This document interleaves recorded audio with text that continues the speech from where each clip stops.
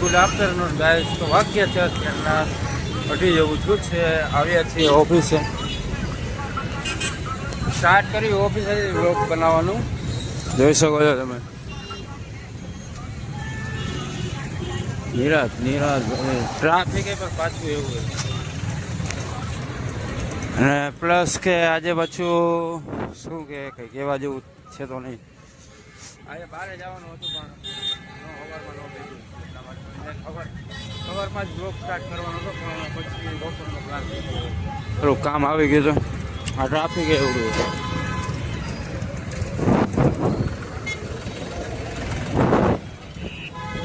ભૂખ થઈ ગઈ. ચાલો ઓફિસમાં મળશું કે પછી નિરાતે આવીશ. અત્યારે ઓફિસે આવી ગયા છીએ અમે.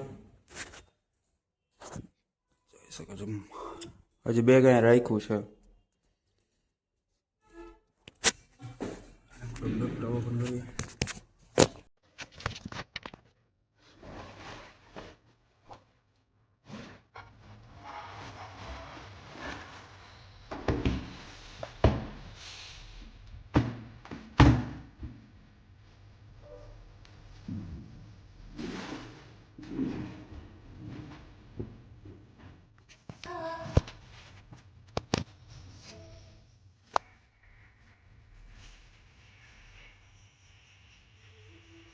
તમારે કઈ કાલનું કહેવાનું છે?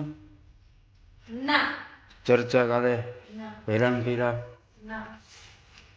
નહીં તો ભાઈ છે આજે ગુસ્સા.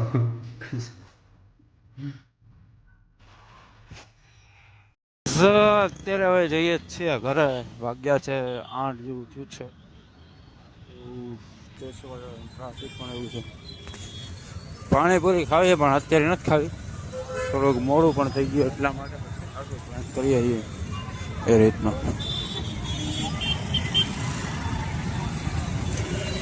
જો ટ્રાફિક છે.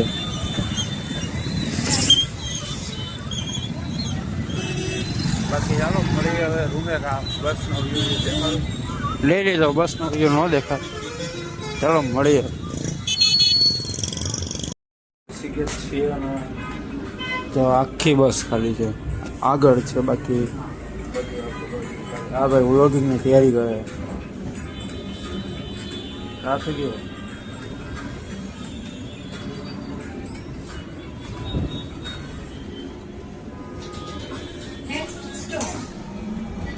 રામદેવ પીર ચોક રામદેવ પીર ચોક. વિચારી જ નથી અત્યારે વધારે વાક્ય એ રીતે.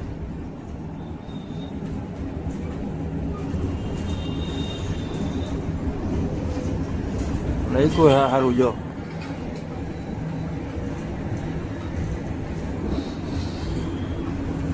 અત્યારે અમે યુનિવર્સિટી રોડે ચાલ્યા જઈએ છીએ. આ છે બધું જો ઈંડાનું ને બધું. કે આપણે શુદ્ધ શાકાહારી છીએ. આપણે તો કંઈ ખાતા નથી. તમે ભાઈ નથી ખાતા હો? બહુ વાંધો નહીં. હાઈલા જઈએ જોઈએ ગાડી બાડી મળે કે નથી મળતી, કઈ રીતનું શું છે બધું. બાકી અહીં ગાડીઓ આમ પડી હોય જોરદાર. આમ દેખાડવું પડશે. આ જો બધું ઈંડાનું અહીં રાત્રે બહુ પાછું જમવા માટે. આ છે માલિક અમારા અહીંના રેસ્ટોરન્ટના. શું હે જમવામાં આજે? ઓ શેઠ નથી બોલતા. હાલો મોર્નિંગ ગાઈસ. તો વાગ્યા છે સવારના 7:30 જેવું છે. હજી ઉઠો છું. માથું હતું ઓળવાનું બાકી છે. મેં કીધું બ્લોગ એડિટ કરી દઉં. તો ભાઈ બ્લોગ આપણે કાલનું તો એ એડિટ નહોતો કર્યો, તે અત્યારે એડિટ કરું છું. તો ભાઈ બ્લોગ સારો લાગ્યો તો લાઈક શેર સબસ્ક્રાઈબ કોમેન્ટ જરૂર કરજો. ચાલો હવે મળીને નવા બ્લોગ